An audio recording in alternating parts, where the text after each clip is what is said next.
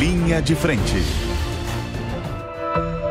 Olá, está começando agora mais um Linha de Frente nesse fim de semana. Seja muito bem-vindo, muito bem-vinda. Eu sou Beatriz Manfredini e agradeço a todos a companhia desde já. E claro, a gente vai começar pelos destaques da semana. Projeto de lei que cria carteira estudantil gratuita no estado de São Paulo está sendo travado pela bancada do PT na Alesp. O presidente da Câmara dos Deputados estipulou um prazo de 10 dias para o Ministério da Fazenda apresentar uma alternativa para o aumento do IOF. Donald Trump diz que Vladimir Putin está brincando com fogo. E para comentar esses e outros assuntos, eu recebo aqui hoje Luciana Gaston, advogada especialista em governança e compliance, o economista André Perfeito, Maria de Carli, mestre em ciências políticas, e Túlio Nassa, professor de Direito do Estado.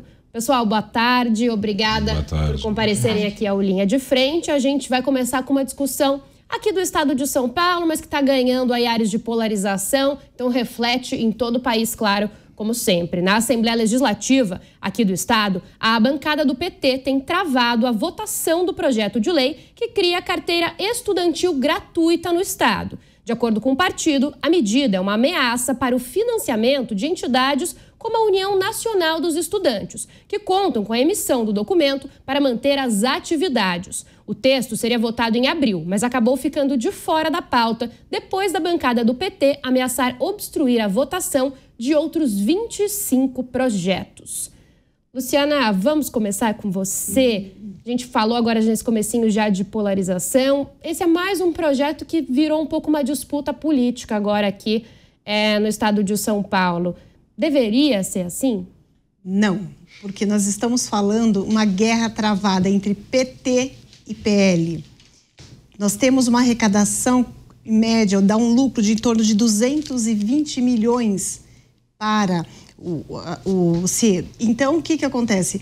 Você colocar estudantes, você classificar que apenas 20% que representa os estudantes que recebem até 2 salários mínimos, a renda familiar de baixa renda tem isenção, e os demais 80% há uma arrecadação de R$ 45 por carteirinha, isso se torna uma verdadeira máquina de fazer dinheiro, que muitas vezes não está sendo investido em ações voltadas para a educação. Ao contrário, está servindo de base para uma militância que usa esse dinheiro para defender uma esquerda que cada dia mais faz de tudo para se manter em nosso país.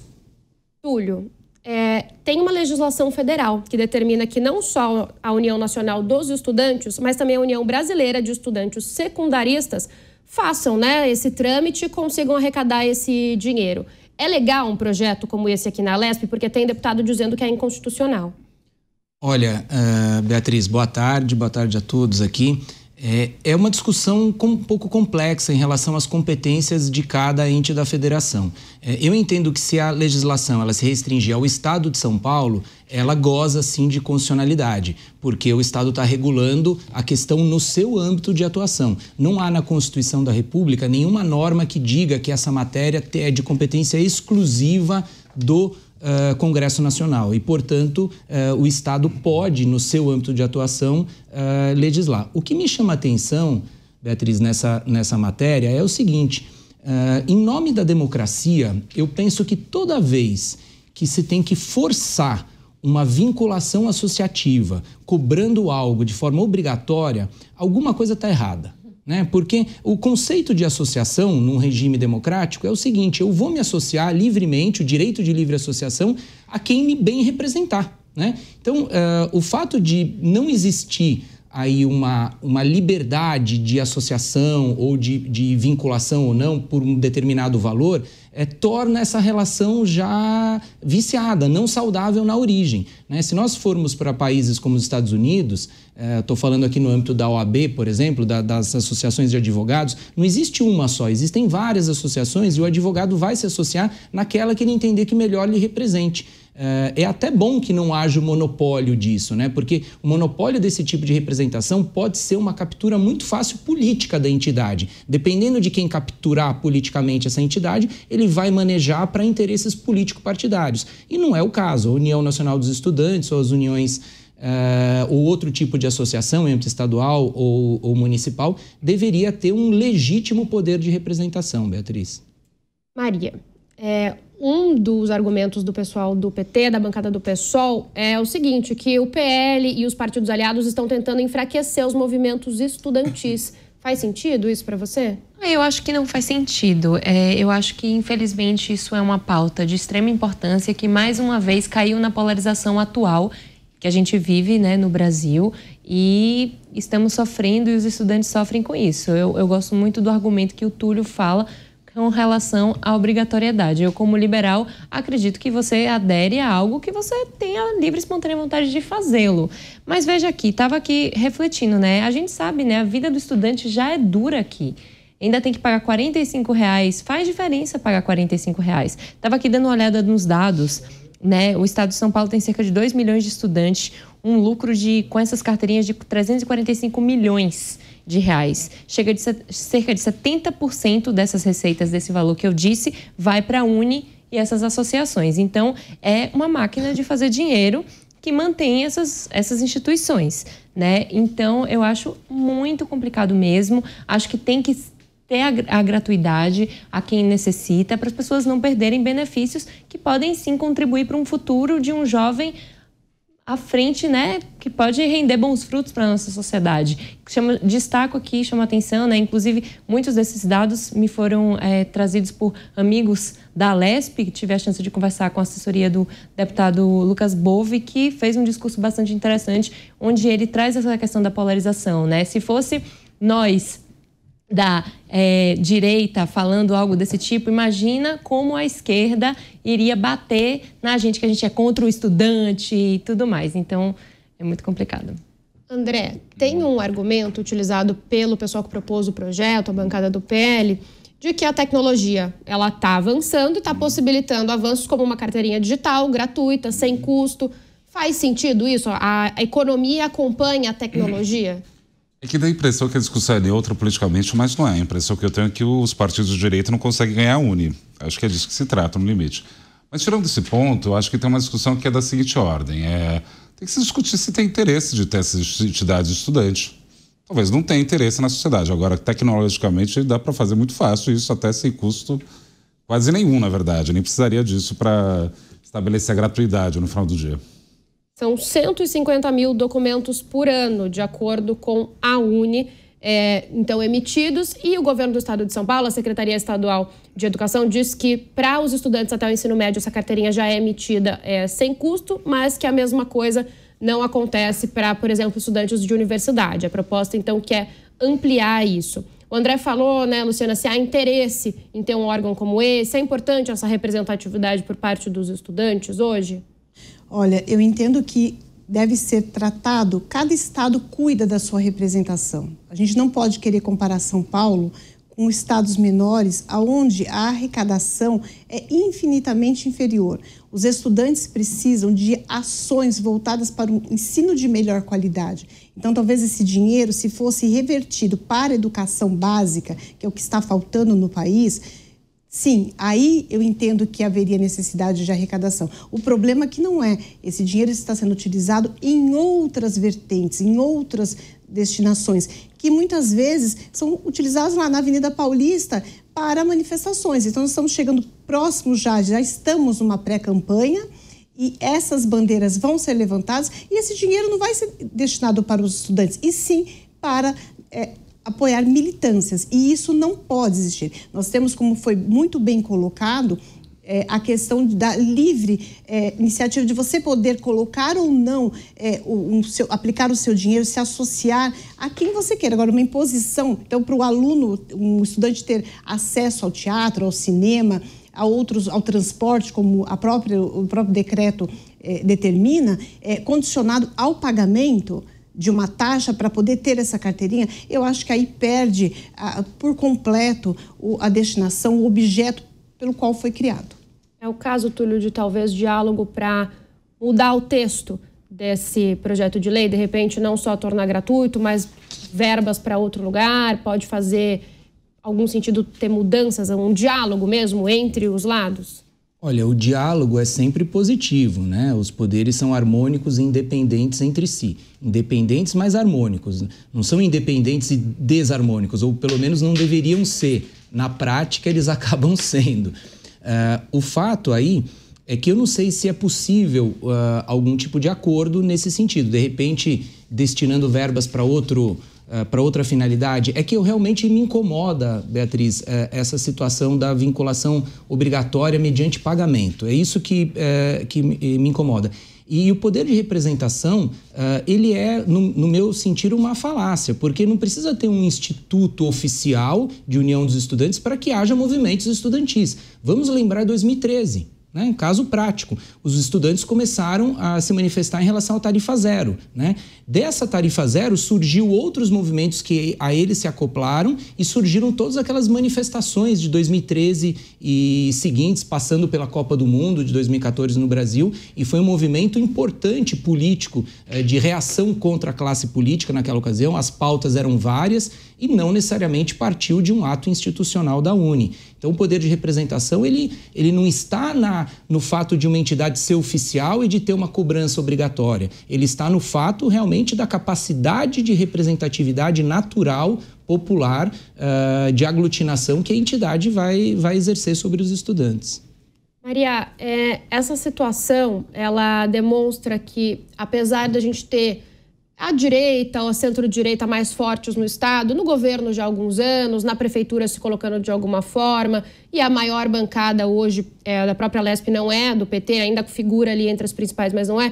Mas isso demonstra o PT conseguir segurar uma discussão como essa, travar vários projetos, que o partido ainda tem força aqui em São Paulo? Não, sem dúvida. O PT, né, é um partido extremamente forte. Junto com o PSOL são as duas cabeças, os dois partidos que encabeçam a esquerda no Brasil, perdão. Então, eles têm força, sim. Eles já tiveram presidências na Lesp, já ocuparam cargos importantes, têm deputados importantes, tanto na Lesp como vereadores importantes aqui na Câmara Municipal. Acho que são 8 vereadores, se não me engano. Então, sim, é um partido que tem peso e consegue mobilizar o que está conseguindo mobilizar.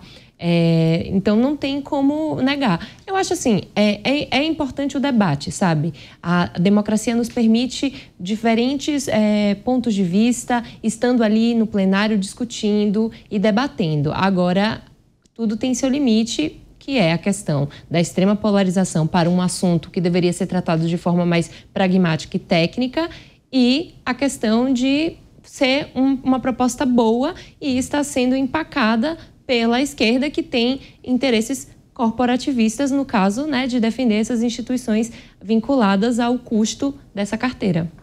Para você, André, tem como aplicar melhor esses recursos que vão para entidades como essa? Eu não resisto, eu vou ter que falar um negócio aqui, porque a discussão, na verdade, eu sei, é que na verdade a discussão é que não está na mão do PL, a UNE. Se tivesse, não teria essa discussão, esse que é o ponto. Agora sim, eu concordo que de repente a associação via UNE obrigatória também não faz sentido que façamos isso. Mas achar que está tendo uma discussão propriamente técnica, até a forma que é colocado, na verdade, coloca como o PT é contra a gratuidade. Não é bem essa discussão. Mas isso para dizer que eu sou favorável à discussão a respeito se a UNE tem que ter esse recurso todo. Talvez não tenha, né? Eu acho que pode ser aplicado de forma mais vantajosa para a sociedade como um todo, mas que tem um debate aí que não seria levantado caso não fosse vamos dizer assim, da zona de influência do Partido dos Trabalhadores.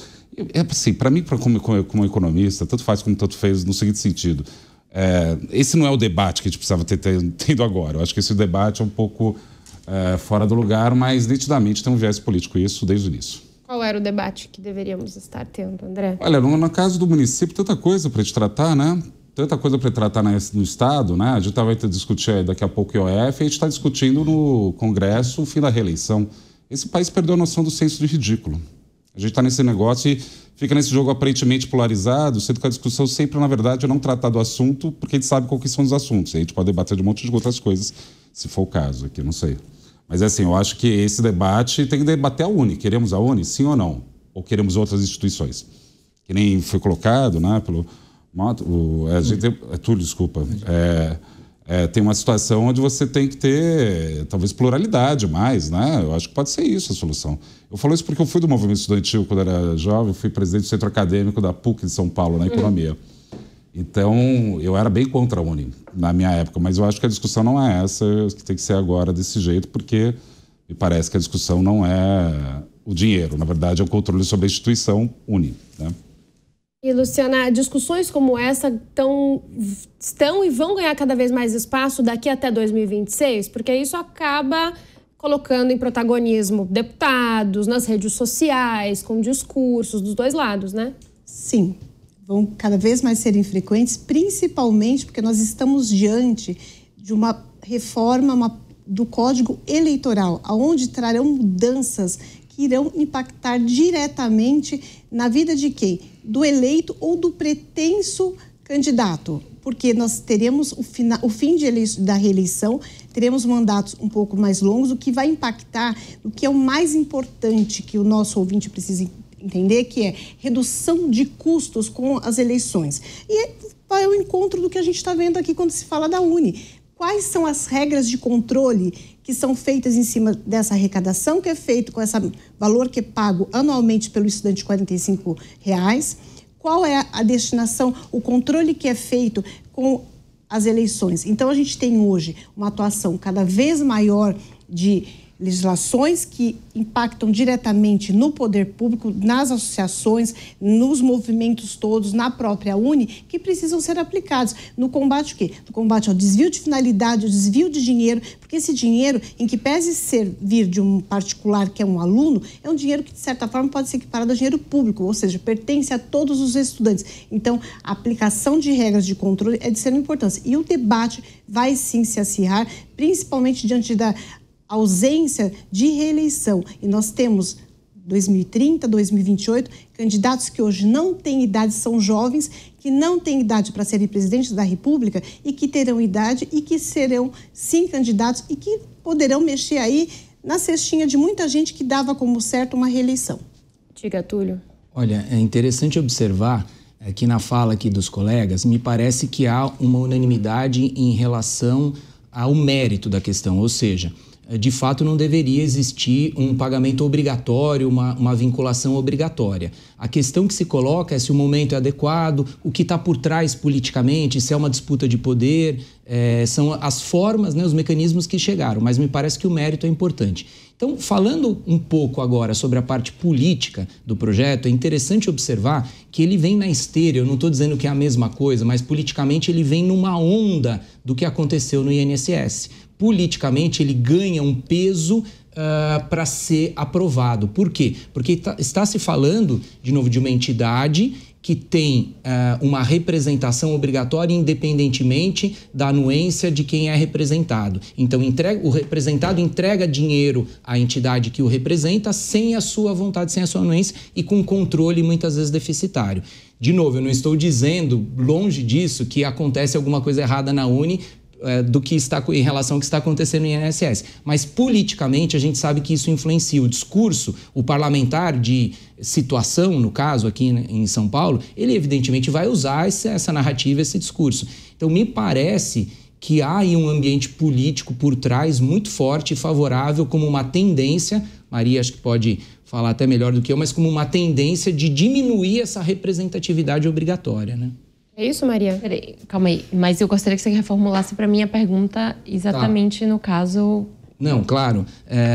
A minha leitura é a seguinte. Nós estamos vivendo um problema hoje com o INSS. Sim. Um problema que colocou em xeque exatamente o papel da representatividade sem anuência do representado. Então, o INSS administrava recursos ali, sem anuência, longe do representado. Ele não está lá olhando o que está sendo feito com o recurso dele. Não. E permitiu-se, por conta disso, uma série de fraudes, né? Sim. É evidente que mesmo que houvesse controle, poderia ter havido fraude, mas houve uma facilidade para isso. Tá. Então, esse tema da representação e do representado, ou seja, o representado outorga dinheiro para a unidade que o representa e ela administra sem muito controle, é um tema hoje que está forte.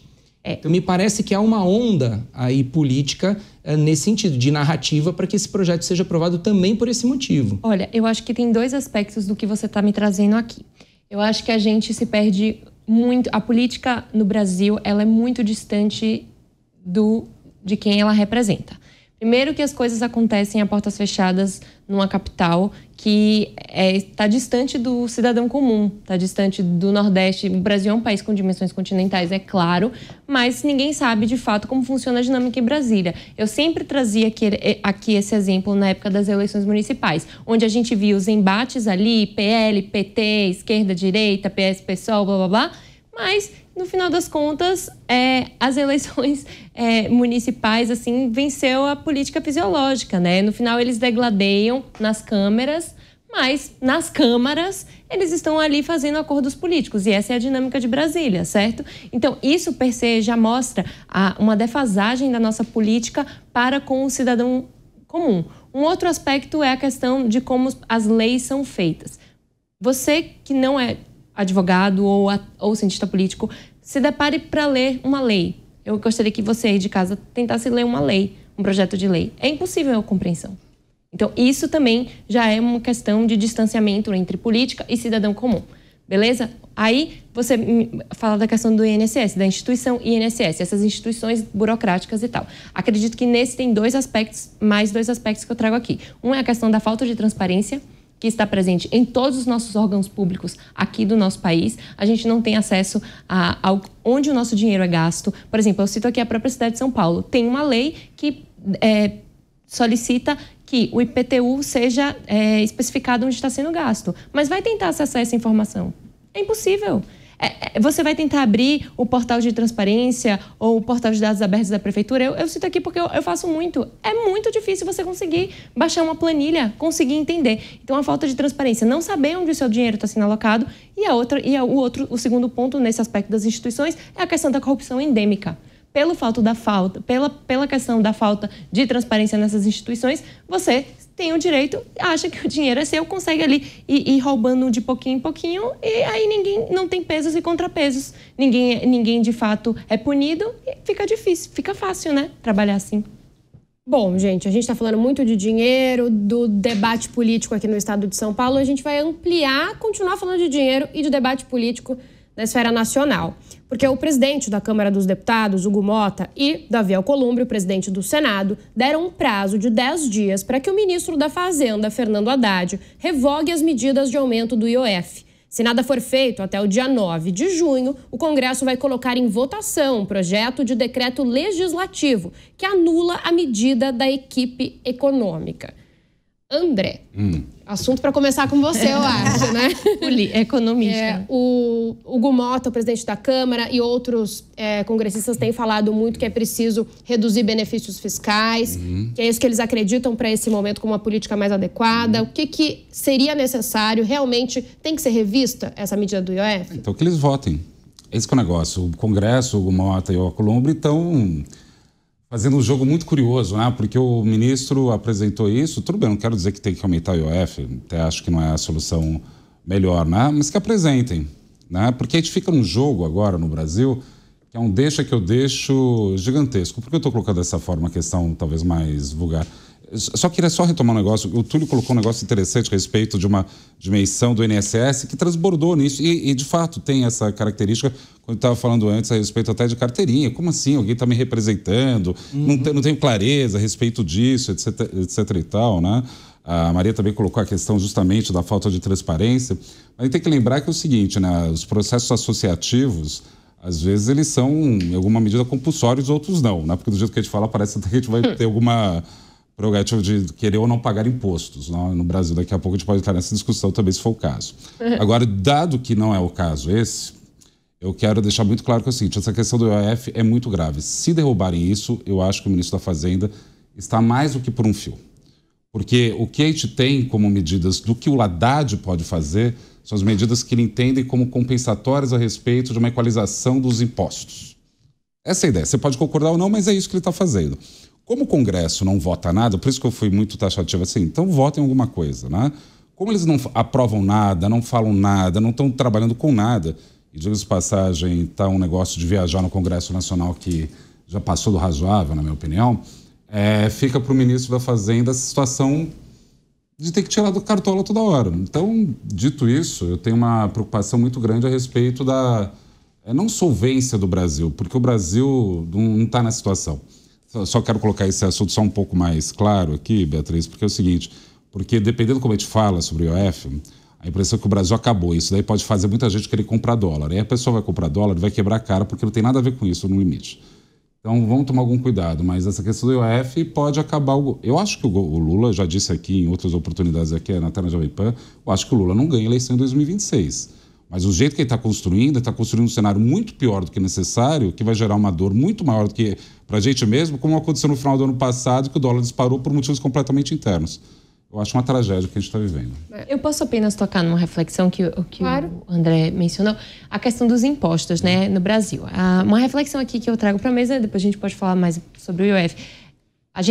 Agora, cidadãos do país, você trabalhou até agora para pagar os impostos. Então, assim, a nossa carga tributária, ela é carga tributária equivalente a países nórdicos, que são países justamente reconhecidos pela questão de uma alta carga tributária, mas um alto retorno de serviços públicos nesses países. Eu lembro, enquanto eu fazia mestrado lá fora, que as minhas amigas, duas norueguesas, tinha duas grandes amigas norueguesas, e elas falavam, você quer saber? A gente paga imposto feliz aqui. A taxa é 30%, eu não lembro algo assim, mas a gente paga feliz porque a gente sabe que a gente tem retorno. É só isso que eu queria trazer. E agora eu vou pegar também com a Maria para entrar no debate. Quando você pega a carga tributária do Brasil, sem dúvida é muito elevada, especialmente porque é muito regressiva. Mas se você pega o pagamento de pagamento de juros nos últimos 12 meses, deu 890 bilhões de reais. Isso quer dizer que, em termos líquidos, muita gente não paga imposto. Então, como vamos começar a debater, em termos líquidos mesmo, as coisas, quem paga e quem não está pagando? Porque quem está pagando, no fundo, é a parte mais pobre da população. E qualquer debate a respeito de mexer na tabela do IR vira uma discussão gigantesca. Isso tudo para dizer que o IOF entra nesse jogo também a respeito disso, né? Então, mas isso aí a gente vai precisar discutir como, vamos dizer assim, com um pouco menos de subjetividade. Vai ter que trazer os números. Entre eles, por exemplo, a carga líquida que as parcelas da sociedade pagam. Túlio. Olha, essa questão é o puro suco da política brasileira. Eu uso essa expressão porque ela me faz lembrar até, me permita citar aqui, Otto von Bismarck, que foi o chanceler de ferro, né, do parlamentarismo alemão, que deu um nó em todos os reis dos reinados germânicos e conseguiu constituir o que a gente conhece hoje como Alemanha em torno das políticas que ele avançou, políticas no sentido de relação político-institucional. E ele tinha uma frase que ilustra bem, dizendo o seguinte: a política é a arte do possível. Me parece que o governo federal entrou num labirinto sem saída, porque ele está querendo fazer o impossível nessa relação com o Congresso Nacional. Vamos explicar o que está acontecendo. Olha só, o governo tem um déficit de 90 bilhões de reais. 90 bilhões de reais. Então ele precisa corrigir para ontem esse déficit. Ele tem dois caminhos para corrigir esse déficit. Ou ele reduz despesa, né? Está lá na lei de responsabilidade fiscal, quem conhece um pouco de orçamento público sabe que tem duas medidas básicas. Ou você reduz despesa ou você aumenta imposto. Né? Então, o que o governo escolheu? Escolheu aumentar imposto. O Lula já falou que vai dobrar a aposta, que não está preocupado com o gasto público, ele não tem tempo de fazer redução de despesa e, com isso, fazer a economia girar de forma sustentável e a popularidade dele crescer. Então, ele só tem uma saída, que é popularidade, que é liberar crédito, ou seja, ele não vai reduzir gasto público, ele vai aumentar o gasto público. Com isso, ele está numa sinuca de bico, ele só pode aumentar imposto. Então, olha a proposta dele, 90 bilhões de déficit. 30 bilhões ele vai reduzir despesa, 1/3 só. Ele deveria reduzir 90 bilhões. E nem ia conseguir reduzir os 90 bilhões. 30 bilhões ele reduz e 20 bilhões ele aumenta de IOF. Mesmo assim, sobra um déficit ainda de 50 bilhões. Então, evidente que a hora que esse projeto chega no Congresso, os parlamentares que estão preocupados com a popularidade deles, o Centrão já está ali numa articulação de uma terceira via, de uma candidatura centro-direita, eles não vão aderir a uma proposta que dá um prejuízo de popularidade para eles, diferente da isenção do imposto de renda, que já é algo mais palatável. Então é um labirinto sem saída, é a arte do possível. O governo manda um pacote desse, o governo com uma popularidade fraca, dificilmente vai passar na Câmara. E por essa razão, Bia, é um labirinto sem saída realmente. E espero que o Brasil possa sair desse labirinto. O problema não é o governo federal, o problema é o Brasil, é a consequência econômica. Eu tenho uma sugestão humilde, singela e simples. Os 50 bilhões que estão faltando, tira as emendas parlamentares.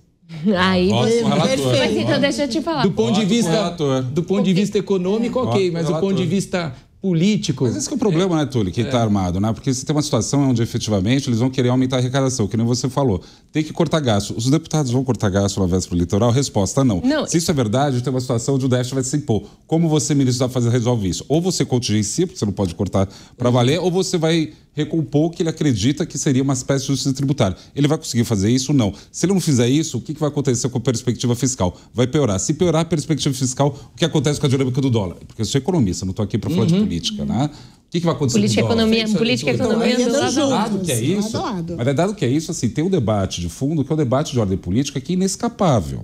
E é um político com P minúsculo, P rasteiro, não P, vamos discutir o Estado.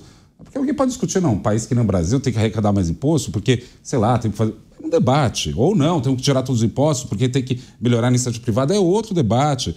Mas do jeito que está, a gente não tem debate. Pois é, um labirinto sem saída. Pode, Luciana, inclusive queria a sua observação e te perguntar. Tem ministros já tentando articular com deputados, com senadores, para eles tirarem o pé disso, mas o governo está enfraquecido nessa situação, tem chance deles conseguirem isso? Eu concordo com o André quando ele fala que dificilmente o presidente Lula será reeleito. Se nós olharmos a federação que existiu nas últimas eleições entre PT e PSOL, representou um certo fracasso. Nós tivemos, anteriormente no governo Lula, o ministro Mercadante, como ministro da Economia, foi um ministro muito mais atuante do que o atual ministro Haddad. Na minha humilde opinião, não sou economista, eu sou advogado, especialista em compliance, eu entendo que o ministro Haddad pode até chegar ao final do governo, mas ele tem tudo para cair, porque tem 3 pontos que eu acho que é importante. O aumento do IOF não tem uma justificativa para mexer nos fundamentos, não foi mexido nos fundamentos da economia. Outro ponto. Aumentar significa o quê? Elevar os custos operacionais. E terceiro, é mais uma barreira para o crédito, especialmente para as pequenas e médias empresas que já enfrentam grandes desafios. Então, essa articulação política existe e eu li uma das matérias que eu andei pesquisando que me parece que, se não for aprovado o aumento do IOF, vai ter que se reduzir os custos de onde? Não são dos deputados, e sim dos ministérios. E isto já mostra o enfraquecimento do nosso atual governo. Será que nós temos um governo que realmente está preocupado com o crescimento do país, com o desenvolvimento? Porque se o pequeno empresário hoje já não consegue pagar impostos, por isso da baixa da arrecadação, ele vai conseguir arcar com os custos do IOF, principalmente quando depende de produtos importados? É o questionamento que eu faço. Diga, André. Só falar sobre crescimento, a gente está com a taxa de desemprego no menor patamar. A questão não é essa. A questão que eu acho que tem a ver com a questão dos empresários é que o nível de alavancagem, ou seja, endividamento de família de empresas, chegou num patamar tão elevado que isso está matando por dentro as empresas. Então, a persistência de uma taxa de juros nesse patamar está implodindo o orçamento das famílias e empresas. A popularidade do Lula caiu não é porque o rendimento não subiu, nem porque o desemprego caiu, mas porque a receita disponível, a renda disponível das pessoas caiu fortemente porque elas estão altamente endividadas. Então, como você resolve isso? Resposta, não resolve. E a resposta para isso, necessariamente, vai ser: o presidente Lula não vai se eleger. O ano passado, por exemplo, a gente teve uma situação onde o desemprego estava baixo, mas salarial num patamar recorde. O PT ganhou alguma coisa relevante no ponto de vista de capital? Resposta, não. Então, esse jogo que está posto é dessa impossibilidade. É um jogo que ele já perdeu. É um Eu acho que ele já perdeu. Então, mas esse que é o negócio. E aí isso gera coisas, por exemplo... Vou pegar um assunto off the topic que está aqui, né? Só para colocar isso aqui também. Teve aí a questão do meio ambiente que agora vai ser autodeclaratório. Licenciamento, né? Autodeclaratório, é isso, né? O licenciamento ambiental é facilitar. Autodeclaratório, que a ideia é o seguinte: a pessoa que vai explorar vai falar, assim, acabou o negócio. A pessoa que vai efetivamente ocupar aquele negócio vai se autodeclarar aquele negócio. Mas isso daí para dizer assim, nem sei que de repente tem casos que até faz sentido isso. Mas do ponto de vista da articulação da força do próprio governo, francamente. Mas olha, só para arrematar, mas como eu estava falando, a política arte do possível, o que poderia fazer o governo se tivesse realmente um pouco de força nesse momento, mas ele deveria tentar, uma sugestão. Nós estamos falando que ele já conseguiu reduzir 30 bilhões. Então, ele tem 20 bilhões aí de meta para aumentar do IOF. Por que ele não senta com o Congresso Nacional e negocia o seguinte: olha, eu vou reduzir mais 10 bilhões, de repente eu vendo algumas estatais que são deficitárias, eu corto um ou outro, uma partinha aqui, uma partezinha na carne, e você também, Congresso, corta mais uma parte, de 50 bilhões, corta para 40 as emendas. Então, se houvesse uma possibilidade, dentro da arte do possível, de uma aliança em torno de um equilíbrio fiscal que envolvesse o Congresso Nacional e o Executivo, seria possível fazer algo que não levasse a essa sinuca de bico que o governo está hoje. Mas, para isso, precisa de articulação. Gleisi e Congresso precisam se entender bem. Maria, como é que sai o Haddad? A Luciana tocou num ponto, ela falou, não sei se ele aguenta até o fim do mandato. O que você acha? Eu acho que é uma pena, assim, diante de todo esse cenário caótico que a gente vê dentro do governo federal. O Haddad e a Simone Tebet pareciam ser, assim, os pequenos raios de luz nesse sentido de tentar arrumar a casa, sabe? Porque, de fato, os dois ali, o Haddad parece que está tentando, de fato, arrumar a casa, mas ele rema ali contra a maré, onde a maioria não está preocupada em arrumar a casa. Então, até reza a lenda, né? Eu vi de muitos veículos de comunicação que informaram que pareceu que o Haddad foi pego até, inclusive, de surpresa com esse enunciado do IOF. Então, nem havia sido discutido propriamente com o ministro em relação a isso. Então, é complicado, porque ele é um ministro que está extremamente fraco, num momento que o Brasil está passando por uma situação de aumento de preços, um processo de pré-eleição, onde a gente sabe que governos de esquerda geralmente são mais gastões e são criativos. É normal, né? Para tentar buscar a reeleição. Então, vai vir muito benefício que vai ainda mais encharcar o Estado e, né, trazer mais dívidas e débitos e déficit para o Estado, e vai ficar complicado. E nós temos ministros do Lula, não digo Haddad, que não querem estar nesse governo e que já declararam apoio a outros possíveis candidatos mais à direita. Então, tá complicada a coisa ali. Túlio, em um minutinho antes do intervalo, qual que é o peso de um decreto como esse, né, do Congresso, retirando uma decisão que pode acontecer do presidente? Isso aconteceu regularmente na história ou é um fato forte? Beatriz, sua pergunta é muito pertinente, porque ainda tem uma carta a ser jogada nesse pôquer aí, que é o seguinte, que é a judicialização dessa matéria. Porque, de fato, compete ao governo federal e não ao Congresso a elevação do IOF. Então, é evidente que o governo politicamente quer que essa medida venha do Congresso porque o isenta de responsabilidade sozinha na questão. Mas se o Congresso, e eu acredito que vai nessa linha, pela fala do Hugo Mota hoje, vai na linha de barrar esse aumento do IOF, pode ser que o governo procure o Supremo Tribunal Federal para judicializar essa matéria, porque, de fato, a competência é do governo federal. E um último detalhe que é interessante também é a fala do Randolph de hoje. Randolph diz o seguinte, que se o Congresso não aprovar a medida, olha só o que ele falou, se não aprovar a medida, o governo vai entrar em colapso e pode ser que o governo barre as emendas, sem acordo. Em vez de ir lá e fazer acordo, pode ser que barre as emendas. Se fizer isso também, na marra, então, é o começo da derrocada na política relacional com o Congresso Nacional. Que agora a gente parte para o cenário internacional. O presidente dos Estados Unidos, Donald Trump, afirmou que o presidente russo, Vladimir Putin, está brincando com fogo em relação à guerra na Ucrânia. Horas depois da afirmação do americano, o principal responsável pela segurança do Kremlin reagiu e mencionou que a pior coisa que pode acontecer é uma terceira guerra mundial. A troca de ameaças ocorreu logo depois de a Rússia lançar os maiores ataques aéreos desde o início da guerra. Eu vou começar essa rodada com a Maria, que estava até já antecipando aqui nos bastidores que queria falar sobre o assunto, né, Maria? Sim, gente, por incrível que pareça, o Trump, ele é um pacifista. Eu fiquei sabendo isso recentemente num podcast norte-americano. O Trump, ele pessoalmente, ele tem duas curiosidades sobre o Trump. Ele é germofóbico, tá? Ponto. E aí, isso é uma pauta para outro dia. mas ele é pacifista. Ele tem pavor à questão de sangue, mortes nas costas dele, morte de civis, sobretudo. Ele, inclusive, foi responsável por parar um possível bombardeio no primeiro mandato, porque ele sabia que civis vão morrer, pode parar na hora. O míssil estava para ser lançado ali no Iêmen e ele pediu para parar. Então, o Trump tem essa característica, ele não gosta de guerras. Inclusive, durante seu governo Trump 1, foi o governo que os Estados Unidos menos se envolveu em conflitos. Mas voltando aqui para a questão da Ucrânia, eu costumo sempre dizer que essa guerra ela vai longe. Enquanto isso, todo mundo batendo cabeça e o Vladimir Putin está ali conseguindo o que ele quer. Ele já tem 20% do território ucraniano, ele vai conseguindo tempo aí, e aí ele traçando mais estratégias. Nesse final de semana passado, a Rússia fez o pior ataque ao solo ucraniano, com drones.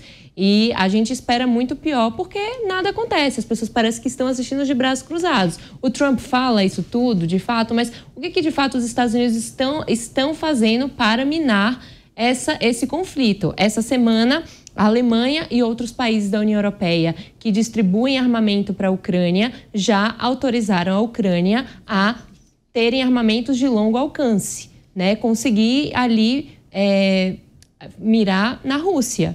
Então, é complicado, porque a gente vê essa guerra se arrastar, fica papo ali, papo aqui, e o Vladimir Putin dando risada de todos e conseguindo tempo para ganhar espaço, território e força, porque na sua visão, a Ucrânia nada mais é que um território russo, sempre foi. Então, a meu ver, vai longe isso daí, gente, infelizmente. Inclusive, o Trump, logo que assumiu, disse que acabaria com essa guerra em 24 horas, né, Luciana? Mas não deu certo até agora. Não deu certo. Dando errado. Não deu certo. E o fim do namoro que foi tão rápido, porque eles começaram uma relação ali logo no começo do governo Trump tão amorosa e, de repente, o Trump vem no último final de semana e ele solta a seguinte frase: sempre tive muito boa relação com o Vladimir Putin da Rússia, mas algo aconteceu com ele. Se tornou completamente louco. Trump is crazy. Então, Putin's crazy, né? O que aconteceu? E aí, o que ela colocou muito bem, a Maria, a Alemanha já autorizou usar os mísseis que ela forneceu para a Ucrânia. A Ucrânia vive um período de guerra extenso. Nós vimos um ministro nessa semana falando a respeito de crianças que foram mortas. Até quando vai continuar essa carnificina? Ao invés de melhorar a situação, numa questão diplomática, somente está piorando. E aí, direitos humanos estão sendo lesados. E falar no risco de uma terceira guerra nos dias atuais, para mim, é um fim dos tempos. E, André, o risco de uma terceira guerra, uma fala como essa, movimenta até mesmo o mercado, né? Nesse caso, não. Na verdade, o que a gente está tendo muito mais é a questão das tarifas, né? É porque a guerra tem um efeito paradoxal que pode até alimentar a economia no final do dia, né? Não é terrível falar desse jeito. Mas é isso. Agora, a respeito das intenções do Trump, bem, eu não sou especialista em Trump, no sentido mais forte da palavra, mas me parece que é muito esse jogo o tempo todo, né? Ele foi lá, sobretaxou a Europa 50%, depois fala mal do Putin. Aí ele vai lá, fala que é contra a guerra e faz uma vista grossa danada por uma série de coisas que ele está efetivamente apoiando. Então, isso tudo aí é a estratégia dele. Eu não vou nem entrar no... Às vezes a impressão que eu tenho é que a gente está num episódio de South Park, que é um desenho animado em looping, porque não faz sentido o que ele fala.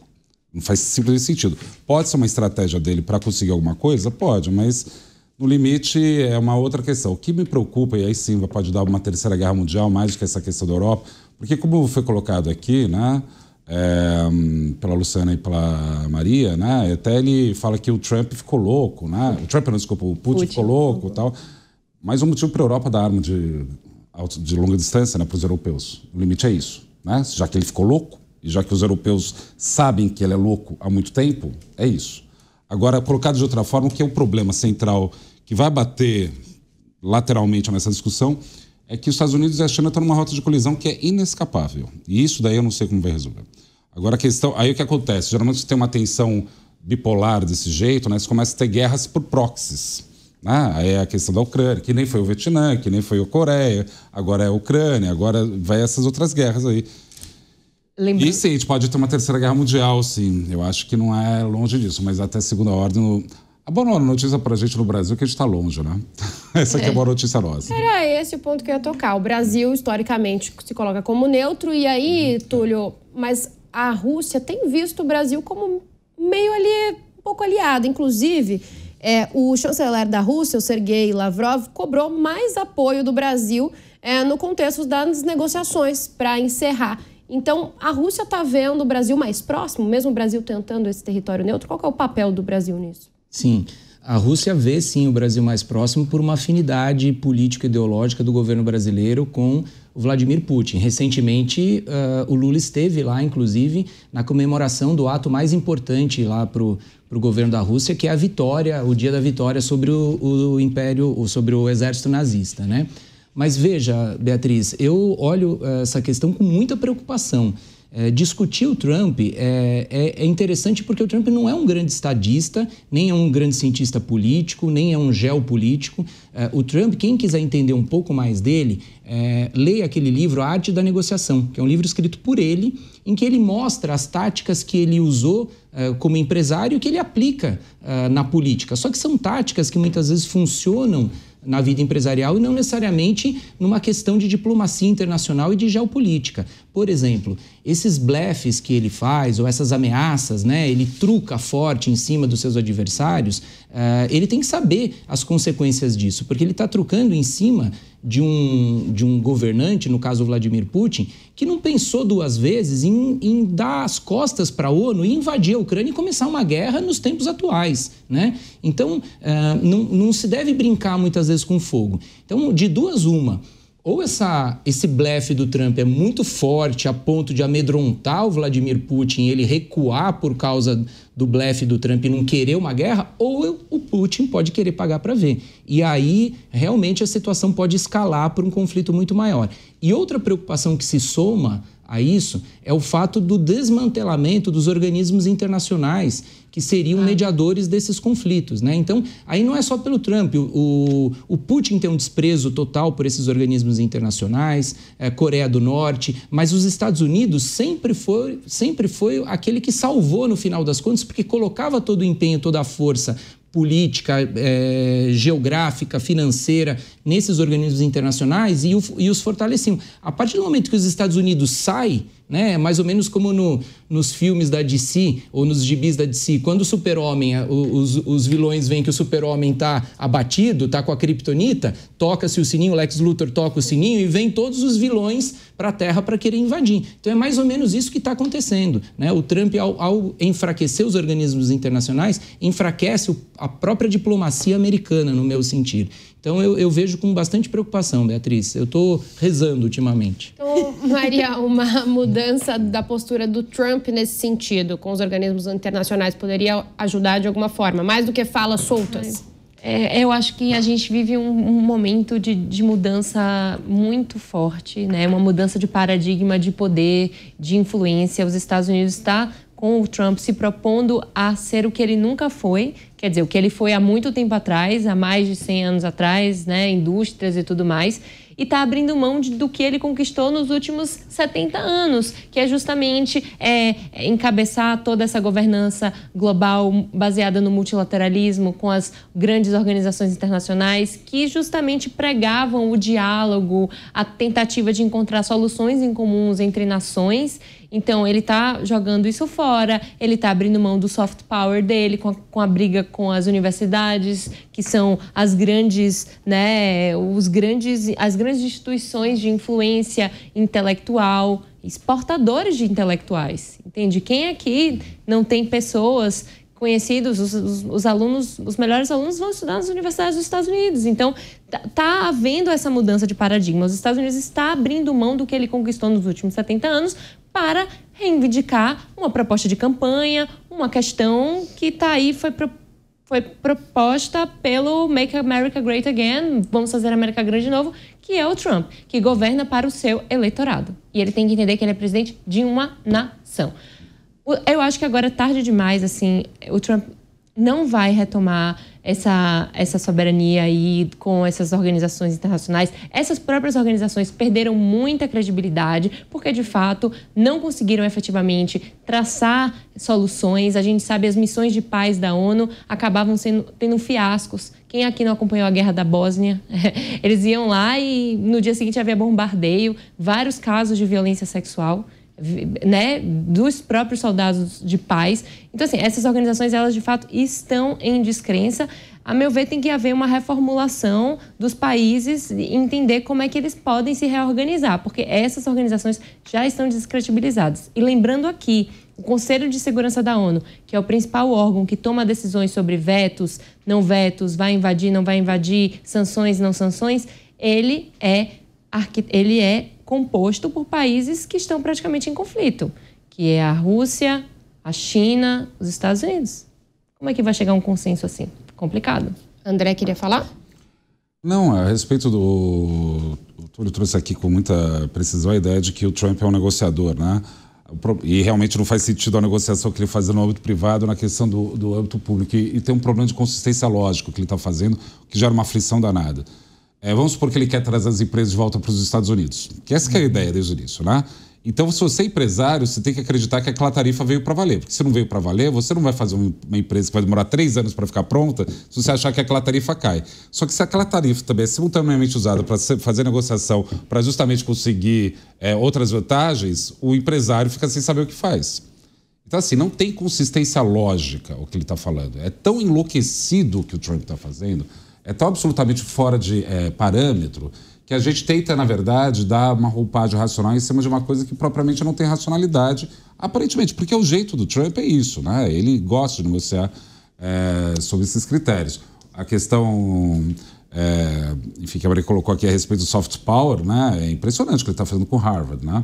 É uma coisa que talvez, assim, ele estava discutindo carteirinha da Uni, né? O que ele está fazendo de descapitalizar Harvard, porque tem uma opinião diferente dele, gigantesca, né? E chega a ser um absurdo, porque para os Estados Unidos é muito bom que os melhores alunos, as melhores cabeças que são formados em outros países, os Estados Unidos não gastou um centavo com eles vão para Harvard e depois eles ajudam na pesquisa científica e depois ingressam no mercado de trabalho americano. É bom para os Estados Unidos. Eu imagino o Benjamin Franklin agora, o George Washington, Tocqueville, todos os iluministas que idealizaram o liberalismo americano, eles devem estar se remoendo no caixão, porque a ideia do liberalismo é exatamente essa, de você ter essa integração e você se aproveitar dessa liberdade. O Trump não é um liberal. Então, aí é que ele não é um liberal, não, nem conservador. Ele é absolutamente enlouquecido. Não, tudo bem, mas a pauta dele política... a pauta dele política... O Partido Republicano, lá nos Estados Unidos, você tem essa distinção entre o Partido Republicano, ele é mais conservador e o mas Partido em termos econômicos, ele não consegue fazer uma pauta que tenha pé e cabeça. O que ele está fazendo no campo do costume, vamos falar com as palavras que tem que ser dita. É fundamentalismo cristão, na veia, enlouquecido o que ele está fazendo. Não tem o que. Agora, se ele tudo bem, pode ser para ele. Agora, esse jogo todo está criando uma situação onde o mundo inteiro está olhando um dilema. Porque qual que é o dilema? Só para falar e acabar realmente, Beatriz, para não estender, tomar tempo dos colegas aqui. Existe um problema dos Estados Unidos e da China. Qual o problema dos Estados Unidos e da China? A China exporta muito para os Estados Unidos, ela tem superávit. O que deveria acontecer com a moeda da China? Se apreciar porque está tendo muito superávit comercial. A China não deixa. Isso gerou um empate técnico entre os dois, que o Trump está tentando resolver isso na porrada. Vai resolver? Resposta não. E aí o Túlio fala que reza e eu vou pegar meu terço para rezar junto com ele, porque não tem solução a esse dilema. Deveria ser feito via conversa, coisa que o Trump não fez e não faz porque ele não está nem aí para os órgãos de diálogo internacional. Nunca esteve. E Luciana? Peraí, a Luciana estava na fila. Maria, Túlio. O tema está quente. Está quente. Eu acho que a grande resposta veio de Pequim hoje. São um total aproximado de 280 mil estudantes chineses nos Estados Unidos, a maioria deles nas universidades norte-americanas. Quem detém tecnologia de chips, os commodities lá relacionados à tecnologia, hoje um carro chega a ter 3 mil componentes eletrônicos que vêm da onde? Da China. Então, quando foi falado há pouco sobre uma terceira guerra mundial, que foi muito bem colocado pelo André, eu acredito que nem precisa de armamento. Basta a China falar, fechei as minhas fronteiras não vão mais produtos para a produção de veículos norte-americanos. Ele não quer fortalecer a indústria nacional? Ok, só que ele precisa ceder, na minha opinião, em algumas posições dele, no sentido do quê? Parar de mexer com estudantes, porque, como foi muito bem colocado, esses estudantes se formam em Harvard e acabam ficando dentro do mercado americano. Parar de bater nos chineses, porque os chineses podem perfeitamente parar os Estados Unidos da América. É uma questão de escolha.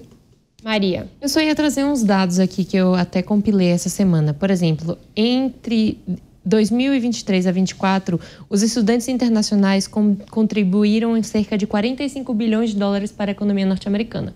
Ou seja, é um valor muito considerável e foram responsáveis por ocuparem, né, mais de 380 mil postos de trabalho. Então, faz a economia girar.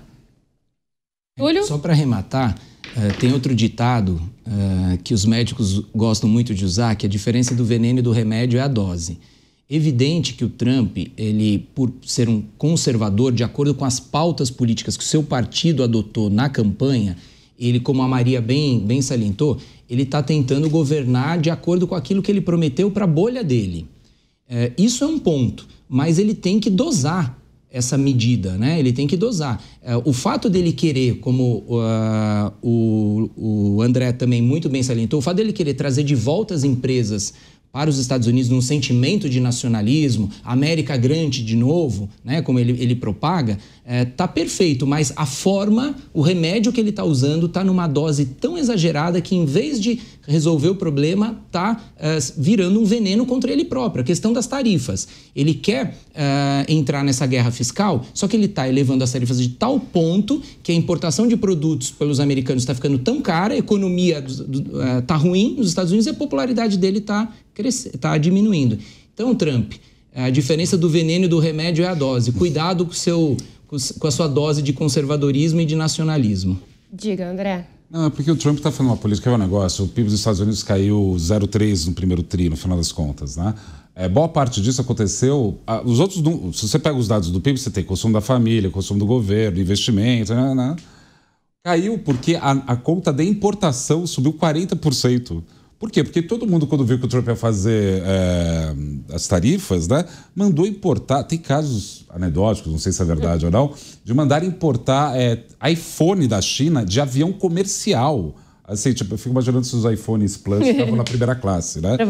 Provavelmente, né? Então, porque assim, começou a mandar de um jeito que explodiu. Isso para colocar que a política que o Trump tem construído, né, ela nitidamente vai ficar gerando esses conflitos. Se isso daí vai gerar alguma vantagem para os Estados Unidos, a minha impressão é que não.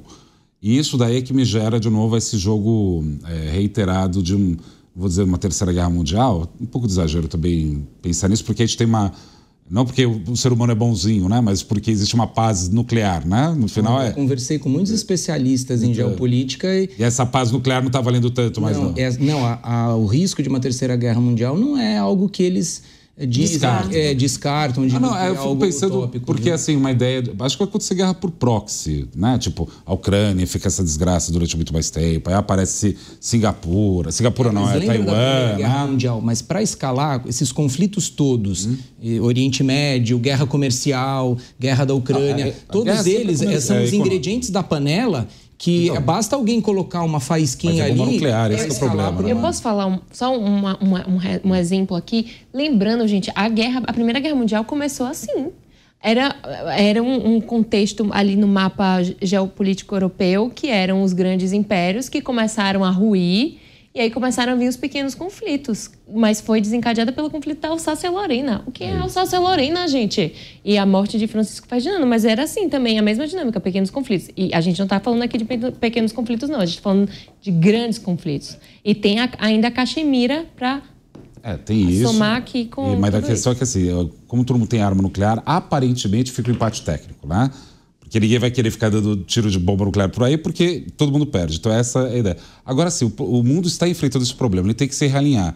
E o Trump não está querendo trazer ninguém para a mesa. Exemplo disso, você teve na década de 90, não vou lembrar exatamente o data, o Acordo do Plaza. O Acordo do Plaza, os Estados Unidos trouxe Japão, Alemanha, França, Inglaterra para desvalorizar o próprio dólar. Por que eles conseguiram fazer isso? Porque eles já dialogaram. Agora com do jeito que estava, dialogar, a impressão que eu não tenho, mas a boa notícia é que o Brasil está longe disso tudo. Bom, pessoal, a gente tem muita discussão ainda pela frente. Parece que eu termino todo o programa falando assim, porque vocês são ótimos debatedores, a nossa audiência também tem muito assunto ainda para ir lá à frente. Então, a gente encerra o programa de hoje, mas no próximo sábado tem mais. Acompanhe a gente, eu agradeço muito a audiência e até o próximo Linha de Frente. A opinião dos nossos comentaristas não reflete necessariamente a opinião do Grupo Jovem Pan de Comunicação. Realização Jovem Pan News.